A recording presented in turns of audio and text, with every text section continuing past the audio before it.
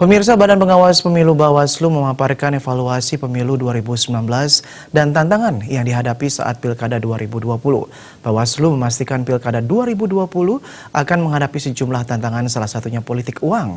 Bawaslu juga mengajak masyarakat untuk ikut mengawasi dan cerdas dalam menentukan pilihan.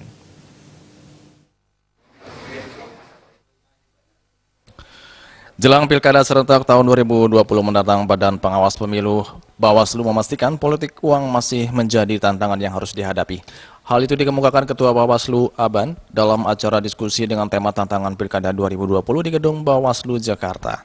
Aban mengatakan praktek politik uang di setiap pelaksanaan pemilu baik Pilpres maupun Pilkada memang selalu ada dan tidak bisa dihilangkan. Namun begitu, ia dan jajarannya akan berusaha untuk meminimalisir praktek politik uang dalam Pilkada serentak 2020 mendatang dengan memaksimalkan pengawasan proses pelaksanaan Pilkada dari masa pencalonan, kampanye, masa tenang hingga pemilihan.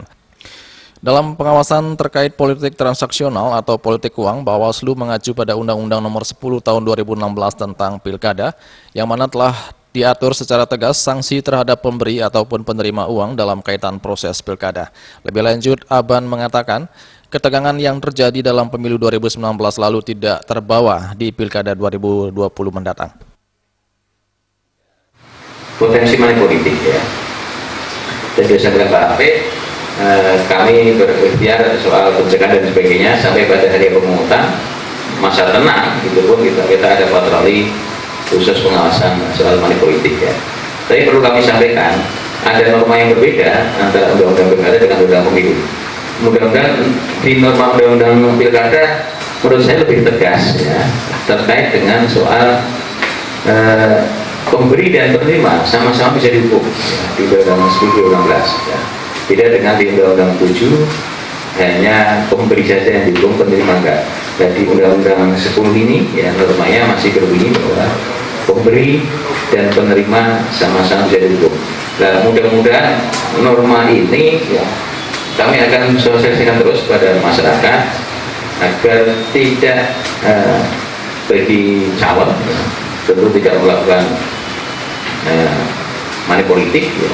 Bagi masyarakat ya juga harus berani menolak soal money politik itu, karena apapun politik transaksional, politik uang ini bagian dari yang merusak proses demokrasi itu. Pilkada serentak 2020 diikuti oleh 270 kabupaten kota di Indonesia. Berdasarkan data dari Bawaslu, dari 270 peserta Pilkada 2020, 204 kabupaten kota sudah menandatangani NPHD. Sisanya 66 daerah belum menandatangani NPHD. Dari 66 daerah tersebut, 3 diantaranya menjadi peserta Pilgub, yaitu Provinsi Jambi, Kalimantan Tengah, dan Sumatera Utara. Sedangkan 63 lainnya merupakan kabupaten kota yang tersebar di beberapa provinsi seperti Sumatera, Jawa, NTB, NTT, Maluku, Kalimantan, dan Sulawesi.